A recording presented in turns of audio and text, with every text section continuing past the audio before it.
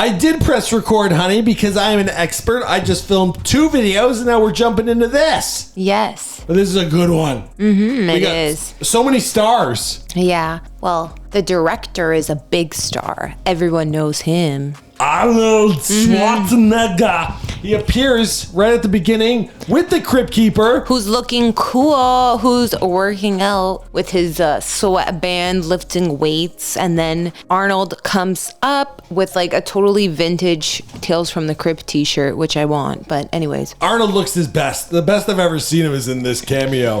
He's here to announce, about weightlifting and fitness in the intro. But then we find out he directed the episode. Yeah. Which is perfect because it's about, masculinity and the male form. It's a very manly episode, but I love this episode.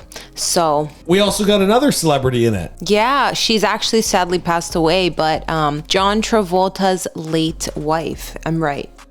Yeah, Kelly Preston. Yeah, it must have been like one of her first appearances or first role. She was just, because I just say that because she was so young. So young, but so curvaceous and babacious. She looked like a modern day Instagram thought, but from 1990. Yeah, and back then they were more natural looking, so she was obviously very, very pretty. I can see why John Travolta fell for her. Oh my, I'm just looking up the lead actor is William Hickey. I loved him too in this episode. He died soon. He lived a long life, but he died 7 years after this came out, which is pretty good because he was the old dying guy. He had a great old guy voice. I thought it was a little too much. I liked it. I liked his voice. It was very He does a lot of voice decrepit work. Well, there you go. He was in The Nightmare Before Christmas. He did someone's voice. Well, maybe that's why I liked his voice so much. Yeah, I loved what character was he. Michael McCrudden saying someone's voice is a little bit too much. Thank you. That's very good. Very, very, very fair. He did Dr. Finkelstein. Oh, he was the doctor in Nightmare Before Christmas. Oh, wow. That's it. That's the voice. Very cool. So he's amazing. He sets the stage. He's in love. He's 90 plus. He's going to die, but he's full of money. And the only thing he doesn't have in his life is love. And he's fallen in love with Kelly Preston. Yeah, Kelly Preston's character. I don't remember how he knows her, but he had like a picture of her framed, and she's obviously so young. Like, she looks like she's like 19. Anyways, he is in love with her, but he is like a rich man living in one of those classic mansions, has a butler, just lonely. So he wants her to fall in love with him, but he doesn't want to tell her about the money, which, I mean, come on, let's be real, that's a bit silly. I mean, he's like 90. Yeah, that's all he had going for him. What does he think is going to happen? He was very confident, I guess, in her falling in love with. It's really like the oldest story ever. When you think back to it's like money or vanity, and what wins in the end. But let's get into the operation, the crazy doctor. I just read here there was Lou Ferrigno. No, sorry. Arnold Schwarzenegger. His best friend was Franco Columbo, a really short bodybuilder. Arnold was so aggressive and competitive, he could only be friends with a guy who was like 5 foot because they never actually compete. But Franco Columbo played Igor, which you see for like a second. Oh, really? That's funny. So he threw him a rule there. So they pull up at this crazy. Oh no! First he goes to a doctor. So basically, he tries to go for this. He shoots his shot with Kelly Preston. Regardless, he doesn't say he has money, but she's like, "Oh, you're too old and wrinkly." Like, she's very blunt and kind of she's a bitch. Oh, she's totally an Instagram thought from today. But just calls it like she sees it, not interested. So he goes to a plastic surgeon. And the plastic surgeon's like, dude, I don't know what you want me to do for you. You're ancient. I can't. Facelift's not going to work. And then the guy's like, no. This old man's like, I want a whole new face. And the surgeon's like, we don't do that here. That part's so funny. Yeah, I forgot about the face. Yeah. Okay, keep going. So he basically points him to, I do know a guy that can help you, but it's like really expensive. He had to pay for the referral to get to the expensive guy. So he had to bribe him, and then he gets to go to so he's already blowing all his money. And then we're at Dr. Frankenstein's mansion with Igor. Sorry, I always got ahead of myself. No, it's fine.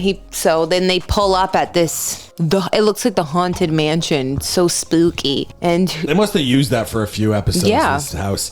Anyway, it's got the gates and the whole thing. Then you meet the crazy doctor. He's got like googly glasses and speaks in an accent. You know who he reminds me of? Oh. The Muppet. That's the scientist. The bald Muppet scientist that has Beaker on the side. The long head guy. That's his assistant. But like the Muppet is so this guy. Yeah. He did a good job too. I just want to Arnold Schwarzenegger as a director. Great work. I was paying attention to like the shots and like the different angles and like limos and like things reflecting through glass. Arnold did a fantastic job throughout. But there was something that was proposed in this when he meets the doctor is a man comes out by the name of Hans. And he goes, I can give you Hans's head. And Hans looks like, not Arnold Schwarzenegger, but a nice chiseled, masculine alpha male. Yeah. Who I had to Google while we were watching. I go, where have I seen this guy before? He was in Top Gun. He's Iceman's co-pilot. Whichever guy's seen that movie, but then to see him in something else was funny. Yeah, he looked familiar. Right? Yeah. Anyway, how much was it for the old man to buy his head? I think it was like $1 million. $1 million. And then I think something like that, yeah. It was, yeah. And back then, even 1 million was like way more expensive than it is nowadays. Yeah, it'd be 10 million. Yeah. So, anyways, so he does that. He signs up for the procedure. No one can believe it. It's Dr. Frankenstein's mansion and all the goo and all the gadgets, and then the results are terrible. I was gonna say it was terrifying. Like the first.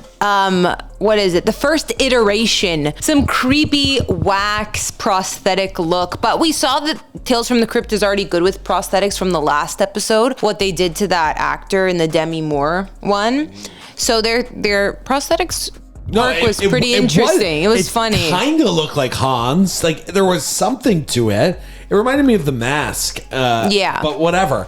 It was pretty well done. It was just so not gonna work. Anyways, she was clearly not into him. She was like, but your body, she doesn't point out the fact that he looks creepy as heck. But but she does point out the fact that no, your body's all wrinkly. So now it's back to the mad scientist. I will give them some credit for now if they remade this, they would CGI the guy's head. I like the fact that they actually tried to they tried. I like that. There's something about 90s and that era of film and TV that I appreciate something real like that. Like I'm more into the puppets and the prosthetics than the fake sets and the CGI. Personally, George Lucas ruined it with those Star Wars prequel. As soon as Jar Jar Binks was no longer a man in a suit but was a totally digital, like this, we love this. We hate all the CGI.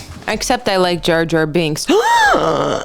Arrest me. That's another story. They brought the actor back for The Mandalorian this week. Oh my gosh. Anyway, so now he's got to go back to the mad scientist and he's going to get a torso, but that costs even more money. Yeah. How much? I think it was like 2 million or something. It was. But he gets Hans' torso, and now it's actually Hans, like the actor. It's not the creepy face man anymore. It's actually Hans, but they still use the old man's voice, which is pretty funny. Very campy. You could tell he's just the words. But it's cute. It's cool. Yeah. But still, this woman is not satisfied. This man is forking over his entire fortune, and she still finds something to complain about. She's like, oh, you're so dreamy, but your legs. Honestly, his legs didn't even look that bad. They did it for an old guy. You pointed that out. It was I'd live with them. Yeah, she was just looking for things to He was at Venice Beach pumping iron, and then he had her in a bikini, and they were going to go into the water. Like, he was so close. She wouldn't even go swimming with the poor guy. But anyways. She was in a Baywatch bikini. That was... So he's got to go back. Now, how much does it cost for the legs, honey? I actually don't remember. Well, they said it's 3 limbs, so 3 million.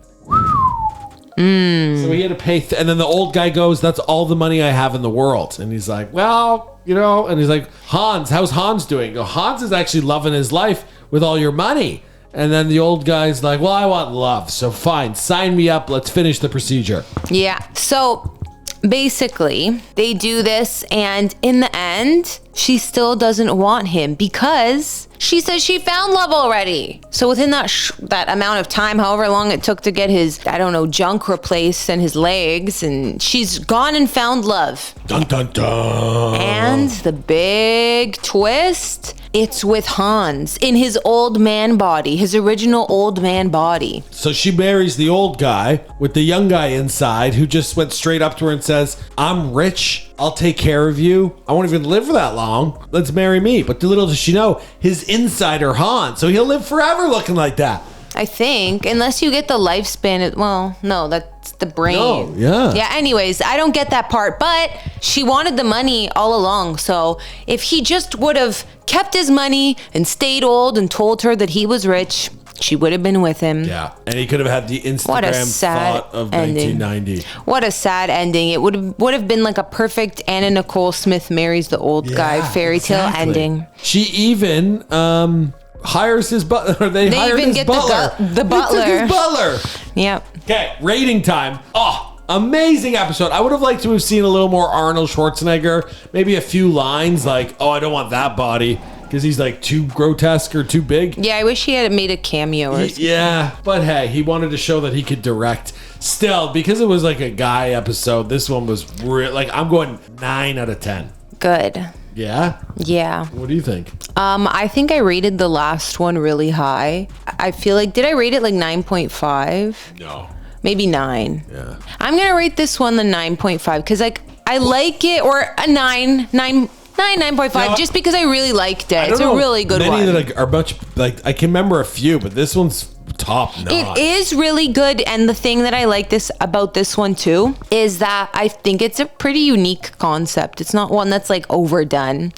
Like the love or money thing, sure, but like the whole switching bodies with a mad scientist is pretty rare. So yeah, good episode. Fantastic Go watch it. Episode. So many little bits in there. I'm just looking at the IMDb, but very good cast.